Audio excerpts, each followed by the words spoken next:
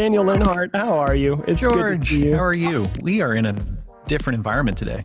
Well, I decided to have some work done in my house, which we'll get into a competition about who's having the most work, but that's a whole nother place. Apparently we will.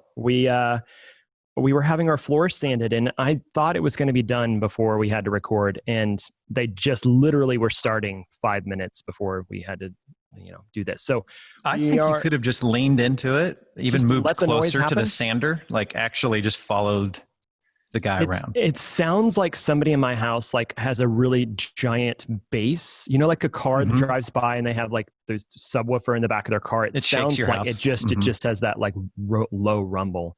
And as cool as I am, I'm just not that cool to pretend like I have a big bass going on in the background.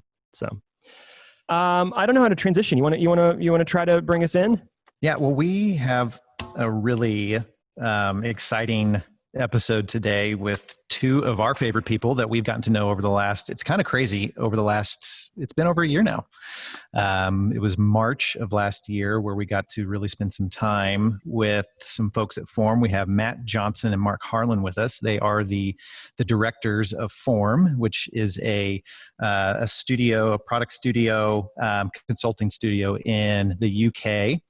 And not only the cool thing about working with them over the last year is we've got to see each other's environment and space in which we do work, which has been a real treat for us. They made the trip over the pond to us first last year to Kansas City, and then we were able to go and see them in the UK in January of this year before all the craziness hit. So I know George and I are both thankful that we were able to do that prior to quarantine and just reduced travel regulations and all of that. So they are here with us today. They are, I'm going to let them introduce themselves, but just from our perspective, they are really just wise people that having in your corner can help from not only a business perspective, but also a personal perspective. I know that George and I have both learned more about business, where we want to go, and also about each other. I've learned about George has learned about me, but also just who we are as individuals and as people from these fine gentlemen and the people that they have on their team. So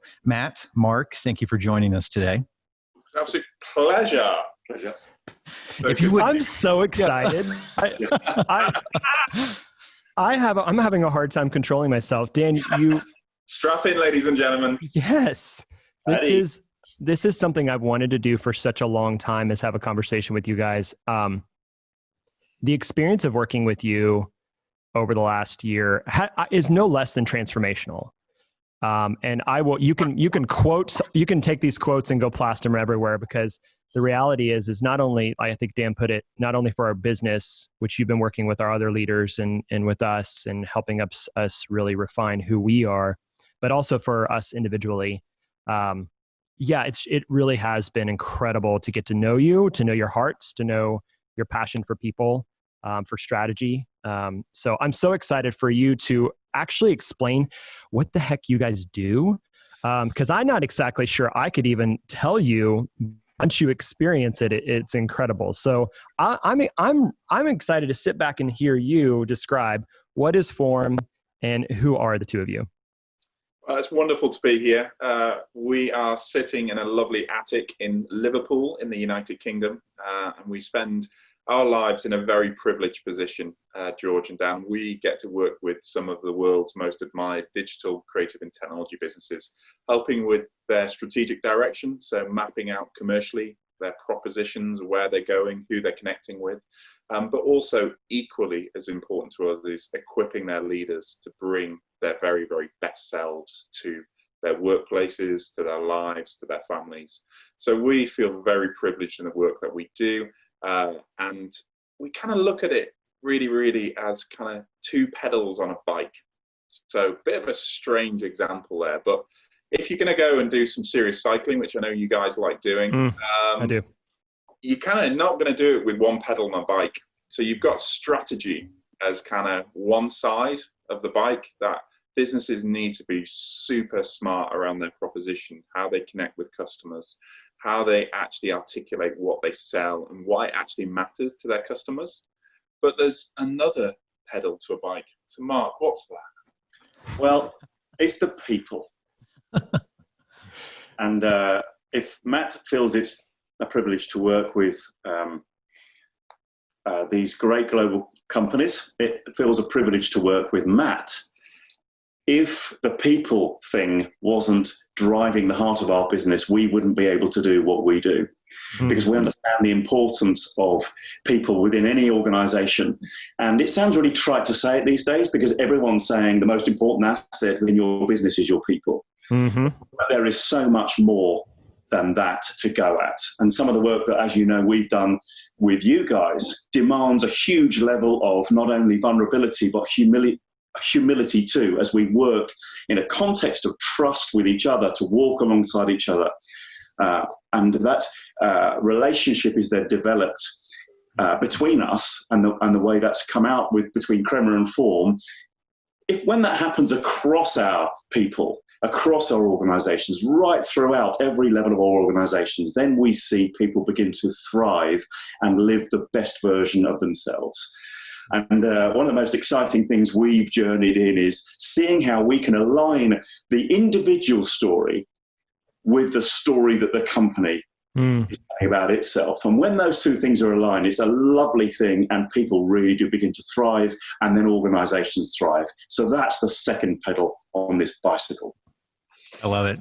I love how you describe what you do as far as unlocking the potential. Those are two really just purposeful and great words there. Unpack it a little bit. So with the context of who is Form, so you've described who you are and what, who Form is, but what do you do? What does it look like for you to engage with a person, a team, a company to help them unlock their potential? What does that look like? Oh, so you can probably sense we just don't feel like we ever go to work. Like, just enjoy the privilege we have of really unpacking kind of how businesses can thrive in the 21st century. The global pandemic, the changes that we're seeing around the world right at this moment in time. I heard a brilliant leader say the other day, is this just a dress rehearsal for what's next? You know? Ooh, that's good. This resilience, this uncertainty, and being able to navigate and get our footing back really quickly is going to be so, so important. So kind of what we do and how we work, you know, we'll use the classic diagnostics. We'll work with leadership teams to understand where they're at with their proposition. How's their customer satisfaction going? Have they got a balanced scorecard in place? We'll use all of the traditional metrics, but really what we're driving at is, how do we get your customers in your businesses that we work with fully understanding why you matter, why their price doesn't become just yet another tendering situation or a procurement situation, but actually we're going to seek out that company who might be on the other side of the world because we love what they do and we think that they deliver value. So we are really about that holistic product, the teams, the processes, and the sales articulation of that messaging out to the businesses. So we'll do that through workshops, strategy sprints, remote coaching, leaders across the world. So you name it, we'll use those tools. But it's very much bringing our best selves into those environments and challenging the status quo.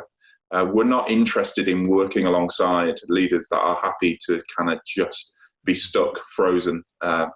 We're really interested in pushing into businesses that are really looking forward. So that's probably my thoughts of what we do, old man. That's shocking. Very kind. It's never work with animals or young children. That's what I think. So it's not that different, really. The language that Matt uses about the organisation, I feel the same about the people. You know, we use diagnostics within understanding people and understanding ourselves, because when we have a richer understanding ourselves, we can live in the truth, and that truth will set us free. And because we are set free as individuals, we can walk right into our calling and our destiny and our purpose as individuals. Well, that's a good list.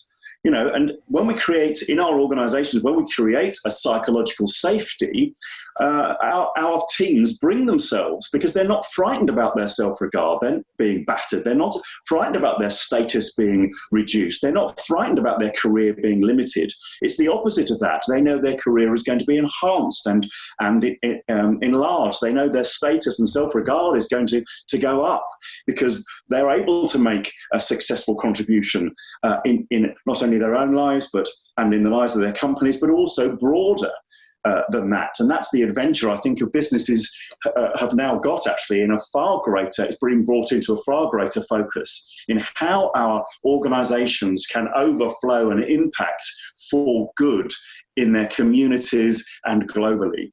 And when we link that with how the individual can be connected to how they influence for good and make a contribution wider than just themselves and their own finances or the company's finances, but actually into the blessing the community and making a wider impact, then the adventure really starts. Now we can really have some fun. I think something that you allude to, but I think what is incredible is that so many creative companies, especially creative service providers, they oftentimes they kind of accidentally fall into this space, right? You start doing this creative work, people find the work that you do good, and then you get more work, and then it kind of becomes this thing, and then you start hiring people, and now all of a sudden you have a culture, and you've built this organization, and you look back and you go, well, it worked. Don't get me wrong, we did some things.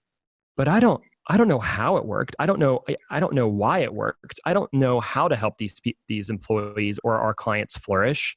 We kind of just kept moving forward, and now we're here 10 years later, and we're not exactly sure what to do next, or how to put language to things, or how to help people. And I think that was what's been so incredible for us to work with you guys, is that we got to a stage where it was, yeah, some things worked, right? We built an incredible company. We're very proud of that.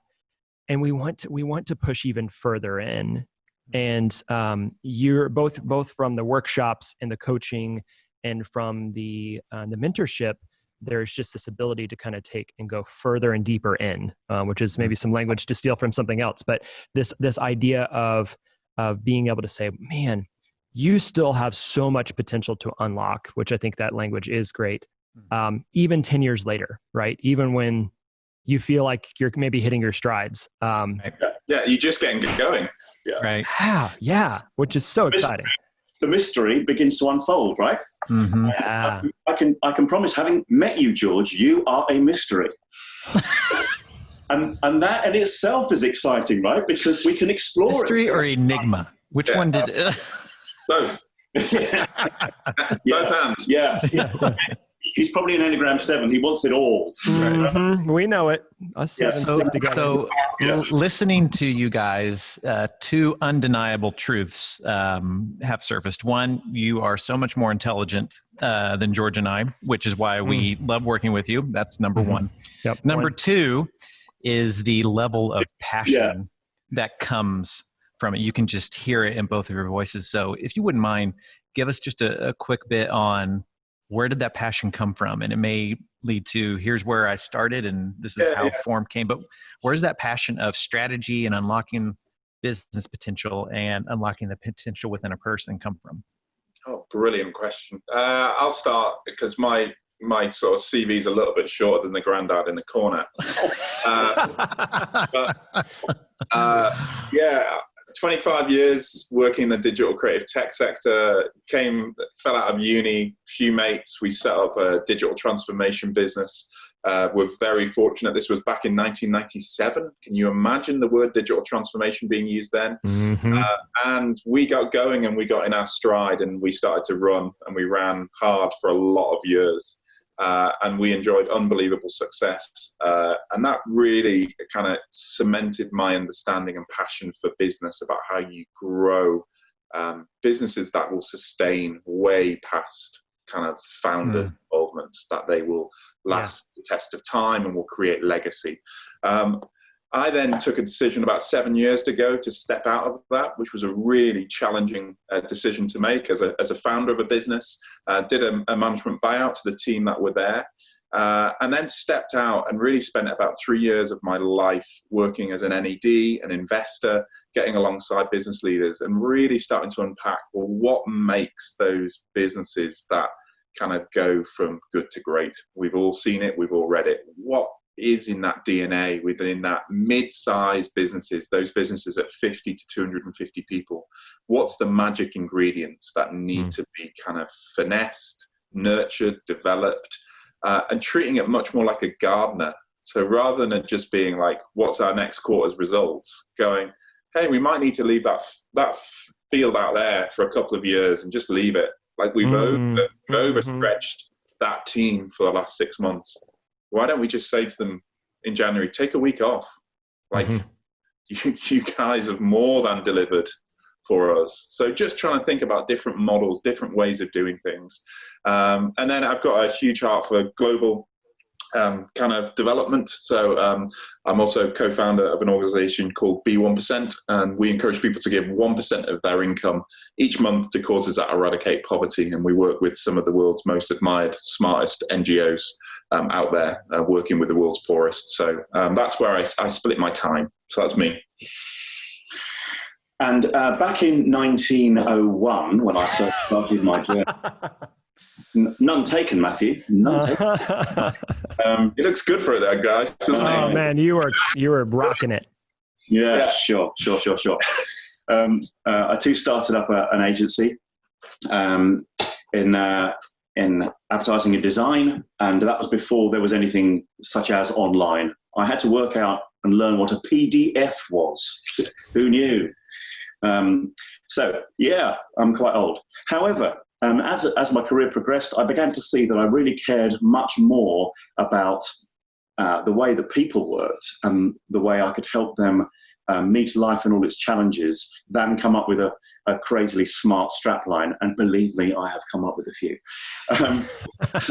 So it was really how I could see that the buyers and the companies that I was working with were dealing with life's challenges, and I ended up spending as much time helping them navigate life's challenges and how difficult life was, as with the challenges that they were navigating in their businesses. So I used to spend, in every 2 hours in a meeting, I should spend half of that time talking to them about their recent family challenges, and I began to realize that was such an important part of our relationship, and they valued it so much that I began to have two parts to our business.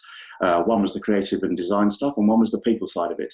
And then eventually I let the people, I focused on the people side of it and let the creative and design thing go. I gave it away to the team. Note that I gave it away. I didn't sell it to a management buyout like Matthew did. I gave it away. I think generosity is such an attractive. You are more righteous than he is, for sure. Yeah. Sure. Yeah. Sure. Yeah. But then finding someone who I felt like a kindred spirit in Matt. He is the most generous man I know, and the most loving man I know.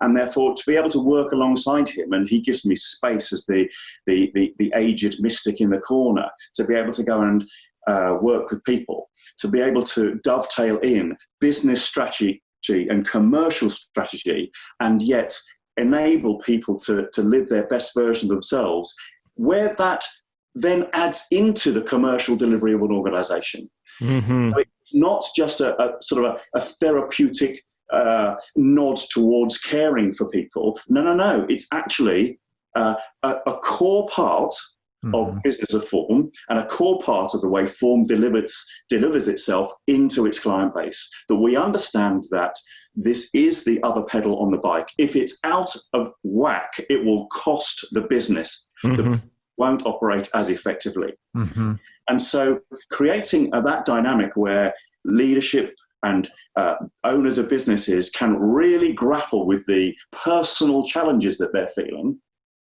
and that is therapeutic, alongside the insights that a diagnostic will give them around their proclivities or around their emotional intelligence. What? Proclivity. Sorry, I know this is a mainly US podcast, but I've lived in the UK a long time, and yeah, it's. I'm sorry, guys. There's a word with more than 4 syllables. Matt is not going to get on with it. Yeah, it went over my head. I just smile and nod a lot, so it's fun. Yeah, me too. God, imagine what it's like partnering with this guy. You feel stupid every day. Let's look at Wikipedia. Yeah. So it's the kind of thing that you've got energy for. So some people have got ideas, guys. Some people want to do strategy. Some people want to do the implementation stuff. And some people want to do the polishing and making it perfect. And some people sit in the middle and want to orchestrate the whole thing. They want to make the people sing, So it's what have you got energy for? Where are you going to lean in? So understanding who I am in that space and then being seen, known, and accepted for bringing that in, and perhaps even loved, dare I say it, for bringing those things in, enables me to really blossom as an individual. Like my shoulders go back, my chin comes up, because I know that whenever I am in this working space, I can be who I was created to be. That's a good thing. So something you've been spending time with our leadership team, and I think you're leaning into a lot of that language that you've been using with them. And it has been incredible to see, not only have they spoken out saying, man, I've learned so much about myself, but then to see how much better they work together, the balance that they have and how they lean into each other's strengths, and that they supplement or encourage the growth in someone's weaknesses. And I think it's been incredible to see, outside of us, of course, we're getting a lot from it, but our leadership team, to see what they're experiencing. And we've tried to do those things with far less experience and diagnostic tools, but the heart has been the same. And I think that's where we aligned, right? We got a chance to meet the two of you and some others, and we knew there was something aligned with our passion for not only great work, but our passion and love. Yeah, we can use that word, love, for people. And what we have found for ourselves, and I think a lot of organizations struggle to figure out, why can't I retain folks? Why is recruiting so hard? Why are we not delivering on our promises? Yes, we're outputting, but are we actually, achieving these outcomes? And I think we have found, we've been blessed to be able to say to a lot of people, hey, you know what? Our retainment is crazy. We haven't had anybody leave Crema in almost a year. And longer than that, there wasn't very many people left before then. There's only been a few folks that have ever left in 10 years. And recruiting, when we put out the call for the fact that we are hiring, for the most part, we have a lot of people that want to work here, because we do a lot of work trying to tell the world that this is an incredible place where you will be seen, you will be known, you will be heard. But I think with Form, we've been able to kind of unpack that even greater and say, how can we take that to the next level? I'm curious though, that's easier said than done. What are some of the challenges or the barriers that you see organizations face as they're kind of stepping into this stage of scaling their companies or growing their companies, keeping that balance still in check when you've got maybe more bodies, more people, more bureaucracy, more, what does that look like? I think we would say the businesses that are out there attracting the very, very best talent, and most importantly, retaining those individuals, have such razor sharp clarity around their strategic direction. They understand their purpose, they understand their vision, they understand their mission, and they understand their values. And you can ask anyone in their team what that is, and you'll really be able to understand it. So those businesses that are so good at telling that story around that employee proposition, like, why come and work here? You can code anywhere. You can be a software engineer anywhere. You can design anywhere. You can get paid more anywhere. But right. What is it that's just going to draw those people in? And I think this like, grow slowly, grow well, I think is something that we always try and look at, in this world of the unicorn and the scale and the chasing the next numbers, etc. It's like, that's great, but also building something for legacy is just as valid. And I think, just for any listeners out there, if you're building, a product team internally, if you're out there thinking, how do I coach some of my guys? Play the long game. Pick out your stars, understand who's on your team, who's going to help you embed some of these things. And do anything as simple as set up a book club. together, set up, listening to a podcast together, get your 2 or 3 folks around you within your bigger organization and go, let's start to mimic some of these attributes and ideas about how we can kind of grow and scale our business. So I think that's sort of more to the guys working on the kind of internal side of building product teams, and kind of coaching is so important in that space. Getting how do they mimic being brilliant digital product studios? Mm-hmm. And it can be done, but it needs to be coached, and the environments need to change, etc. So I think other challenges that leaders face is resilience and confidence. So actually having the tenacity to, some days all we can do is put one foot in front of the other, isn't it? Or just get out of bed. Even before we start walking, I just need to take that cover off and actually get out of bed. Yeah. Tie your shoes. Have you guys seen the Andy Murray documentary on Amazon Prime? No, I have not, but I have seen that it's promoted. He crawls out of bed and he cannot put his slippers on. He's in so much pain, and he's still world number 1 on that day. And yet he knew he just had to get out of bed and get downstairs into a pool and swim against the jets, because that's all he could do that day. He couldn't walk. Right. He knew that he had to just get out of bed. And that was still when he was ranked number 1. It's just crazy.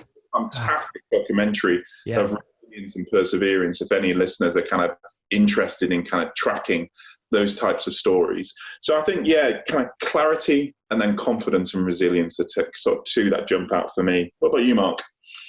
I think that if we're creating the right culture for our people, and again, a lot of these words have been robbed.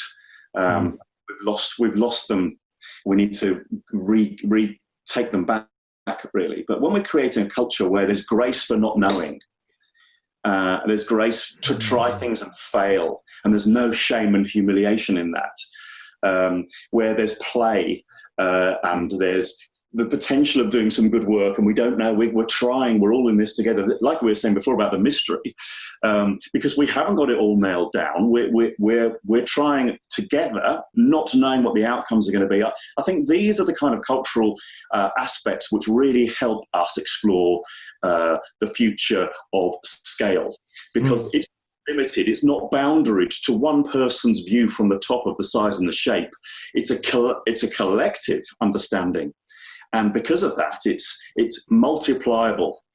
It's an exponential growth rather than an arithmetic growth, if you know your math. So it's those kind of cultural aspects which can really help our people engage with the organisation in a much, much healthier way. And that brings scale and scale at pace. I think that's what I mean. It's not limited to one person or the leadership's view of scale. It's all contributing to scale at pace and accelerates. There's a really interesting word Mark sort of said there about playful. What we always say as Form, as a core team, it's like camaraderie. We need those stories that of the togetherness, and that sometimes comes in the failure. That comes in the the shared disaster. Where you just go, can you remember when? And those moments are so important to bake into the DNA and the nervous system and the neural pathways of organizations. Yeah. Camaraderie is, I think, a really, really untapped kind of way to attract and retain people. Because you look at the restaurant, don't you, where there's 10 people around the table, and you look at them and go, I'd like to be on that table. Right. Yeah. They might be socially distanced, but man, right.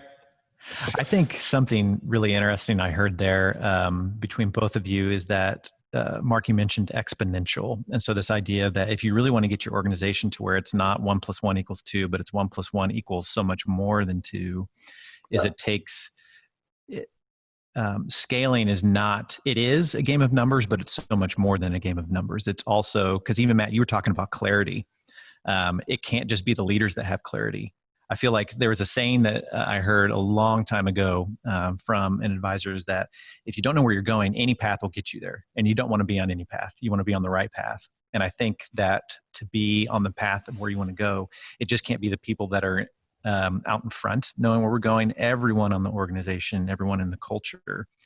You have to have that culture of clarity, razor sharp clarity so that you can always fall back on it too. It's like, we know where we're going, but even if we get off the beaten path a little bit and we play and we explore, it's okay, because we can always come back to what we know, because we're all clear around the purpose and the values. And so I love that. Is like, if you want to 1 + 1 to the exponential, your organization, yes, strategy, yes, clarity, but it's also a mix of the people. Yeah.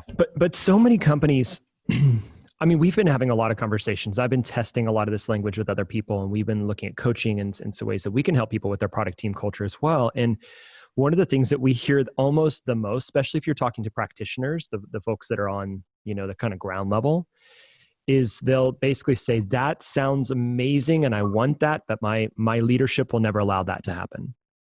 Either they're under someone who just desires to have control, or they're working out of fear, or they want to be that person that's just out in front all the time, making all the decisions.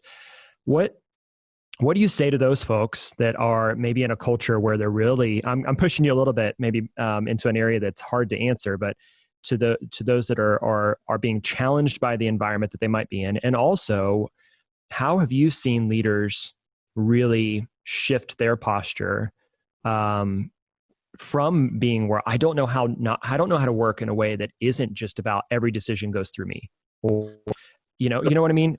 I'll let you kind of run with that, but I'm kind of curious as to how you've seen that play out.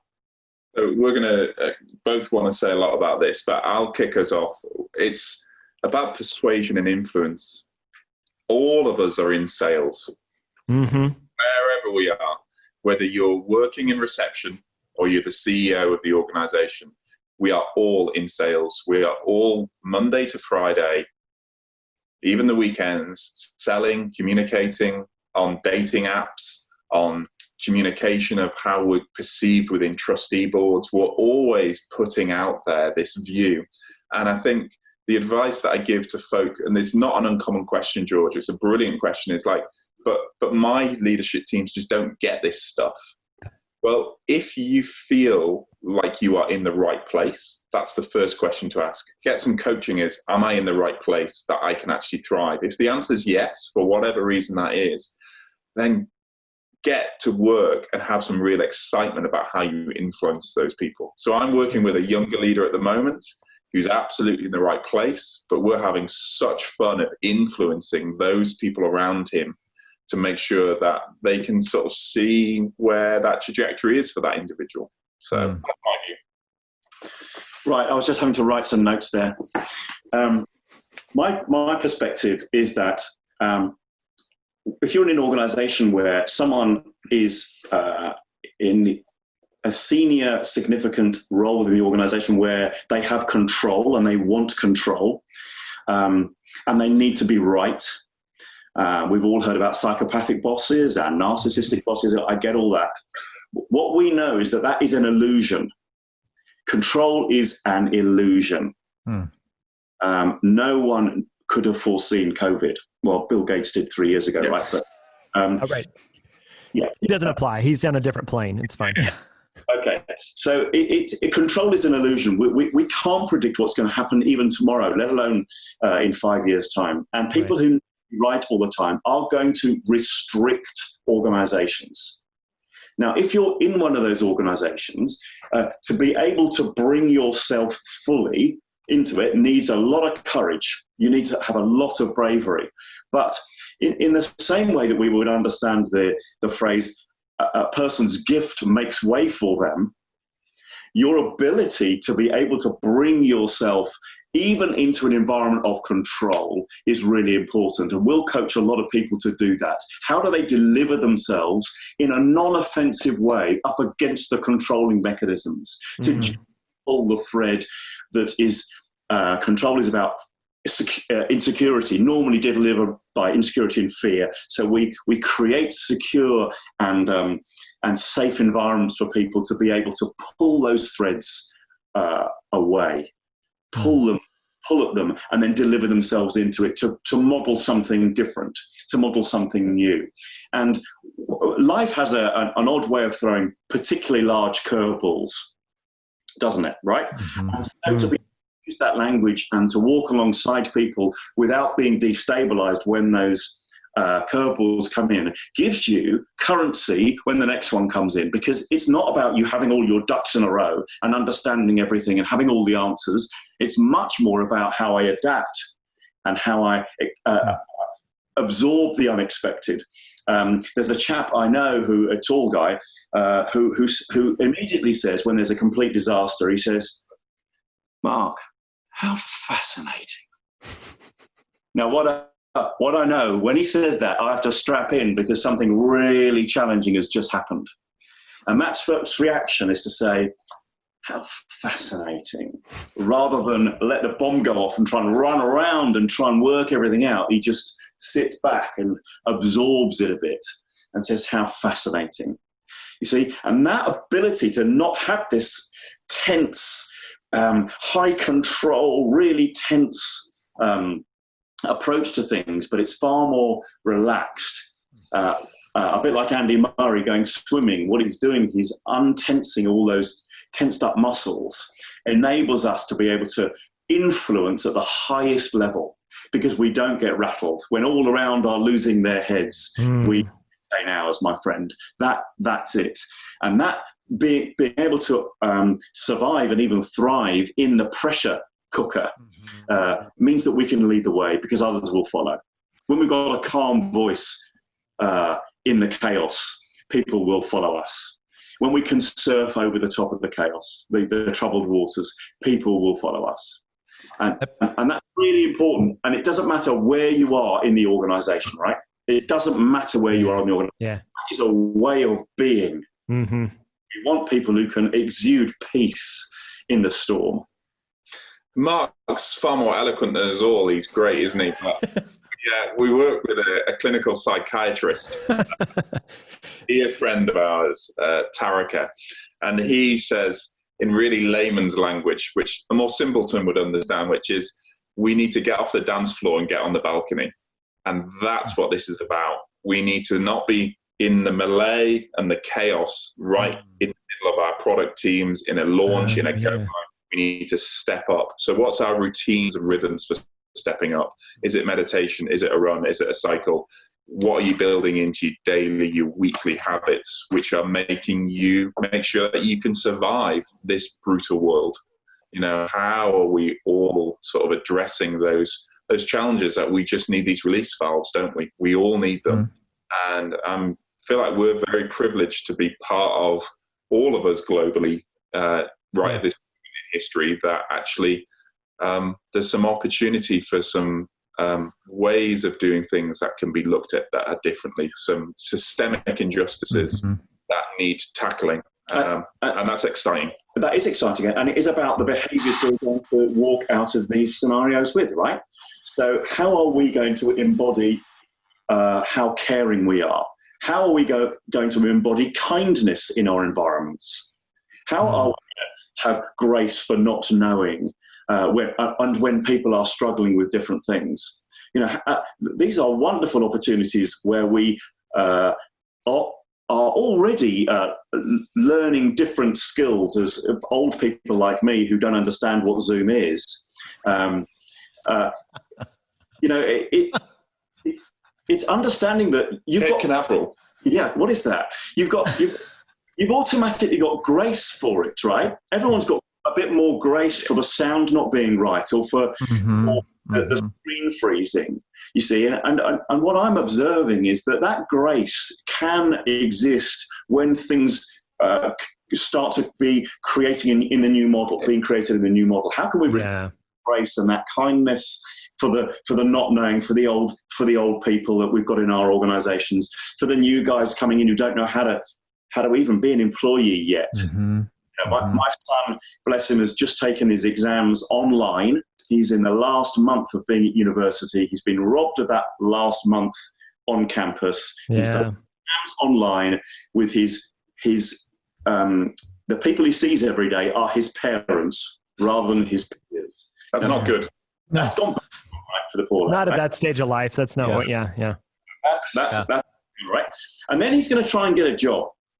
He knows nothing about work, really. He's going to try and get a job. So he's going to know nothing. But having grace for someone like him and saying, how can we include you and begin to give you a skill set that, yes, you're a very good mathematician, but how does that fit? How do we begin to help you thrive in a new world? And actually, what have you got to tell us? Because you understand this world in a different way. You have perspectives. And how can we embrace that and learn from one another? I think if we can take these values into the new world, I think we'll look back and say that actually we learned a lot of good things out of COVID. We learned a lot of good things. Yeah, it's interesting you say that, Mark. The one thing that I'm hopeful from this experience that I've seen and that I've had conversations with many people, neighbors, people I see the world the same with, some people I don't see the world the same with, but the commonality, which has been fascinating, is the integration, once again, to a certain extent, not fully, but of home life, family life, and work life. And everyone I've talked to, yes, it's hard to work at home with kids, or there is interruptions that I didn't. What's that? Sanding your floor. Seriously. Hence why we are not where we normally are right now. Yeah. But the idea of having your family see you at work and kind of be there, as well as just the grace, like you said, Mark, of people having for the people on the other end of the screen and seeing their kids walk behind, getting a doll or a toy or whatever, is just, I think I'm hoping that just the pace of life and the integration of the home and work again can have a positive effect on a culture that's overpaced, that's probably overscheduled, and just being able to take a step back and have that integration again, to me, has been hopeful. Yeah. Can I just add to that, Dan? Yeah. Because I think the next level of that is that the prevailing levels of anxiety that most people are now walking with have come down a notch. All right.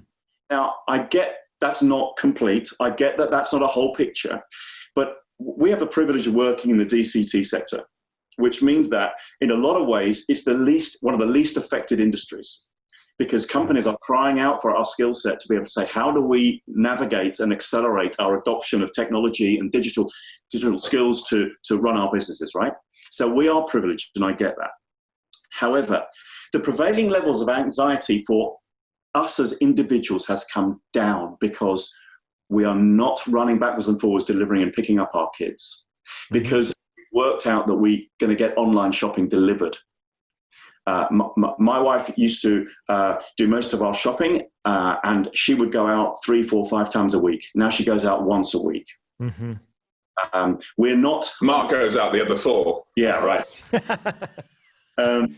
And so our lives have become simpler in lots of ways. And because of that simplicity, our prevailing levels of anxiety have come down.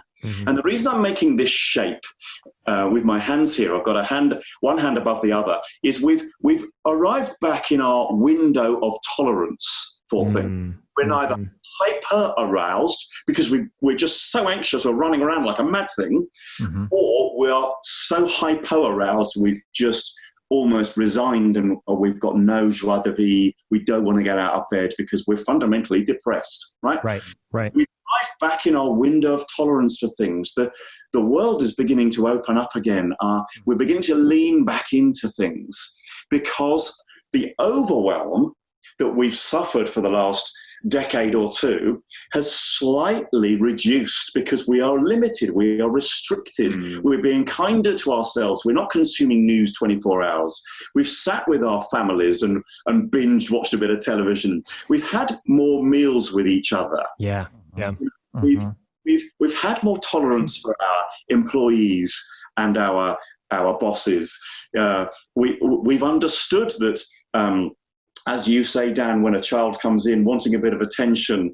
Although I did try this trick, one of the Zooms I was on was interrupted by someone coming in with a cup of tea. So I'd already lined up my son to say, yes. I said, yes, you can come and see the people and just wave, but you can only do it for 30 seconds. And he sat on my lap when he's 5 and he's 22, right? So I thought, I'm going to riff this, I'm going to make this. So good. Yeah. But the serious point I'm trying to make here is that we have had a reduction in our levels of anxiety. Yeah. And it's our choice as to whether we ramp those back up again, or we have a choice as to whether we try to hold on to some of these deep life lessons that we have learned, and we can walk into our futures with a bit more hope and a bit more balance in our lives. I think I love how you put it, Dan. It's just, we've been overpaced and overscheduled. Yeah. It's that simple. Like, we've just all been running too fast, too hard for too long. And you wonder whether it's just been a great reset.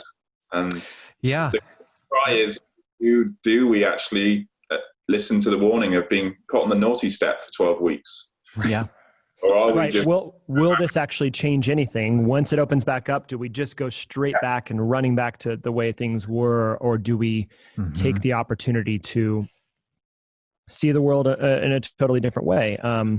There will be a mix of both, for no question. But leadership teams that take time now to go, what are the lessons we're taking into the next chapter of our company's history? What are we keeping and what we're losing? What we're going to accelerate, what we're just going to park as past. I think those companies, again, will be setting themselves on a fantastic trajectory moving forward. Okay. So you have been quarantined for 3 months now, something like this? To that? What's something that you, given that you spend a lot of time coaching and mentoring, what's something that you are currently learning, or something you're listening to, a podcast or a book that you spent time in? How are you growing right now? One of the things that we love doing is just mining the world's best books, really. And a client really kindly, just before lockdown, sent me a book in the post just to say, I think you'll really enjoy this, Matt. And it was called Utopia for Realists. And I haven't heard of this. It has deeply challenged me. It looks at economic and historic theory and the political sort of narrative across 3 or 4 major topics, 2 of them being the universal basic income model, which I think particularly for the US is certainly probably within the Democrats, probably getting traction right now. Sure. And then also looking at kind of the free movement of people. And those are 2 things that are probably quite close to my heart, but to see the economic hard evidence that these things work, they make the world a better place from academic, political, historical, and economic research. It's just killed me. Like, every so often you read that book, don't you? Probably every 10 years, that just gets you. So it's Utopia for Realists, written by a fantastic Dutch author who's also just released a book during lockdown, I think, called Humankind. So two brilliant recommendations from me. So for me, I've read a book called Don Quixote. What? Yeah, Don Quixote. It was written in about 1611, I think. It's was it your dad? Yeah, pretty well. Yeah, the Spanish work, and it's a very slow journey through the story of a knight errant and his squire Sancho Panches. And if you know the story of the guy who tilted at windmills on his horse with a lance, that's him. Very famous painting by Picasso. And what I learned from it was the uneasy bedfellows that madness and wisdom can sometimes be. And the story is about his expressing his desire to be a knight errant, and he was simultaneously mad and wise. That really helped me understand that we can't be too convinced of our own agency. We have to be understanding we are all a little bit mad.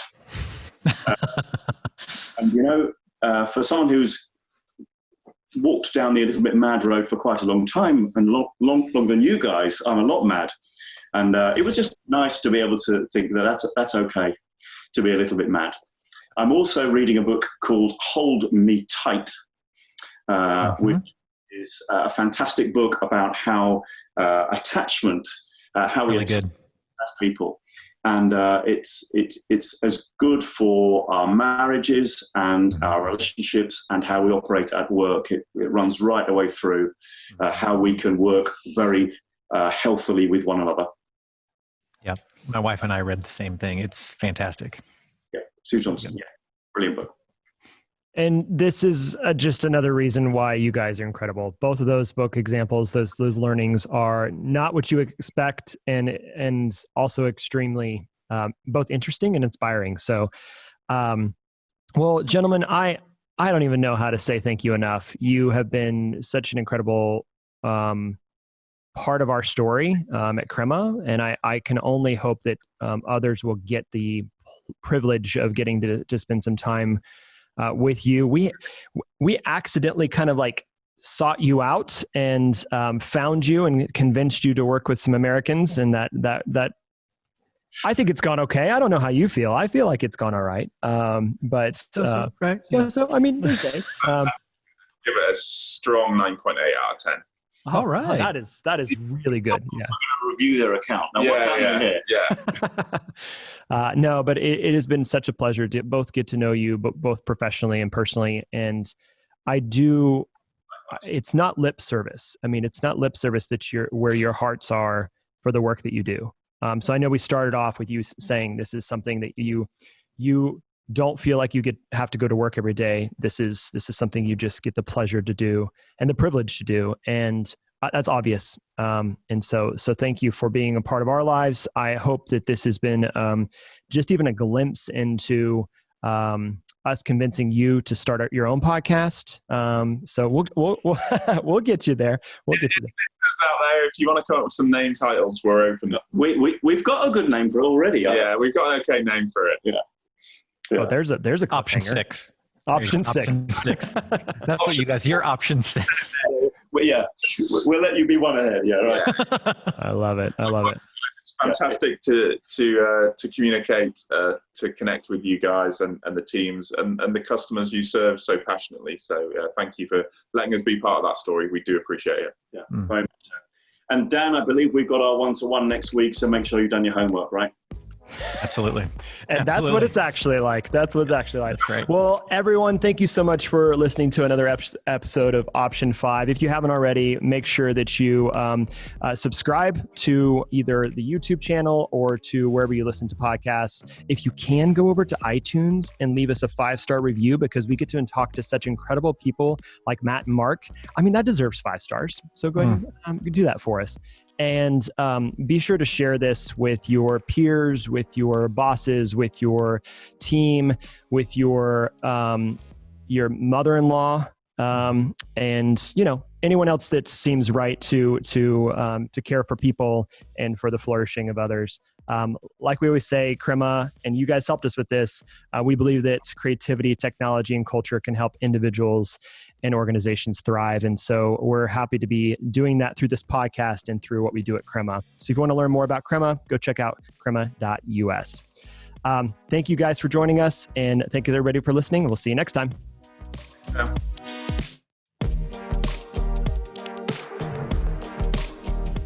My name is Matt Cole, and I'm the VP of Engineering. I lead the engineering team at Crema, along with cybersecurity and operations. I work alongside the leadership team, as well as our ops and admin team, engineering team, and sales team to support them, remove roadblocks, and strategically collaborate on goals and ways to improve Crema. I enjoy working at Crema because I get to be around the most creative, curious, innovative people that are fully empowered to push our mission forward and to push our entire company forward. Option 5 is a podcast by Crema, a digital product agency that creates web and mobile apps for disruptive companies and industry leaders. We believe that design, technology, and culture could help create a world where individuals and companies thrive. Learn more at crema.us.